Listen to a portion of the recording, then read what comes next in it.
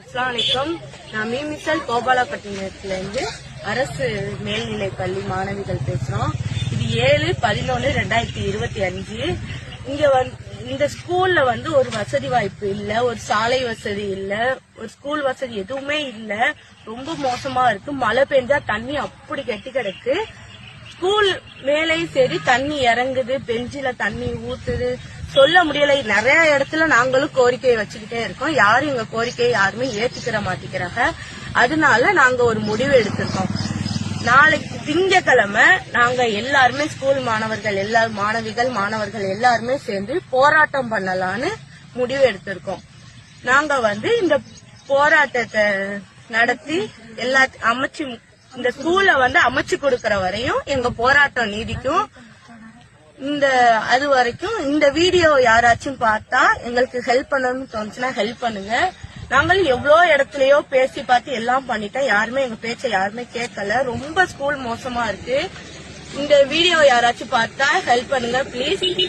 அது வரைக்கும் எங்க போராட்டம் திங்கக்கிழமையில இருந்து. இந்த பதிவை நம்ம சாதாரணமாக எடுத்துக்கிட முடியாது, சாதாரணமாக பார்த்துட்டு கடந்து போகவும் முடியாது. ஏன்னா ஒரு மாவட்ட நிர்வாகத்தை கவனிப்பதற்கு எத்தனை நபர்கள் உள்ளார்கள் என்பதை நாம் என்றாவது ஒரு நாள் சிந்தித்தது கிடையாது. முதல் நபர் ஒரு மாவட்ட நிர்வாகத்தை கண்காணிப்பதற்கும் சீரமைப்பதற்கும் குறைகள் கேட்பதற்கும் முதல் நபர் மாவட்ட ஆட்சித்தலைவர், அதாவது கலெக்டர். ரெண்டாவது பாராளுமன்ற உறுப்பினர், அடுத்தது சட்டமன்ற உறுப்பினர், நாலாவது மாநகராட்சி தலைவர், அஞ்சாவது மாநகராட்சி கவுன்சிலர், ஆறாவது மாவட்ட பஞ்சாயத்து தலைவர், தாசில்தார்.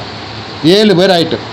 இன்னும் நிறையா பேர் இருக்காங்க. ஒரு நிர்வாகத்தையும் ஒரு மாவட்டத்தையும் கண்காணிப்பதற்கும் சீரமைப்பதற்கும் மக்கள் குறைகளை கேட்பதற்கும் 7 முக்கிய நபர்கள் ஒரு மாவட்டத்தில் இருக்கிறாங்க. இன்னும் நிறையா பேர் இருக்காங்க.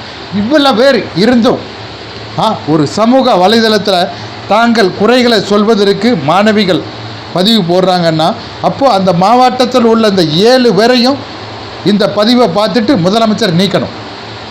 சட்டமன்ற உறுப்பினரையும் பதவி நீக்கம் செய்யணும், பாராளுமன்ற உறுப்பினரையும் பதவி நீக்கம் செய்யணும், மாவட்ட கலெக்டரையும் பதவி நீக்கம் செய்யணும், நகராட்சி தலைவரையும் பதவி நீக்கம் செய்யணும்.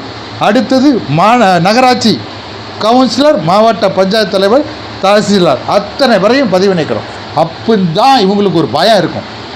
ஏன்னா இவங்க வாங்குகிற சம்பளம் பூரா மக்கள் வரி பணத்தில் தான் சென்று கொண்டு இருக்கு. சரியா? நாம் மக்கள் வரி பணம் செலுத்துகிறோம் பார்த்தீங்களா? வீட்டு வரி, தண்ணி வரி, கரண்ட் பில் வரி, இப்படி நிறைய வரி நம்ம கட்டிக்கிட்டு இருக்கோம். இதில் இருந்து தான் இவங்களுக்கு சம்பளம் போகுது. அப்போ இவ்வளோ ஒரு கல்லூரி சேதாரம் ஒரு மிகப்பெரிய ஆபத்தான நிலையில் இருக்குது. சேதாரம் இப்போ இதை கட்டும்போது யார் அதுக்கு அனுமதி கொடுத்தா? ஒருவேளை நீங்கள் அனுமதி கொடுத்தா அந்த இடத்த பார்க்க வேண்டாமா, கண்காணிக்க வேண்டாமா? இது ஜனநாயக நாடு. யாரையும் தட்டி கேட்பதற்கு யாருக்கும் உரிமை இருக்குது. சரியா? ஒரு சாதாரண நபர் ஒரு உயர்ந்த நபர்களை தட்டி கேட்க முடியுமா? முடியும்.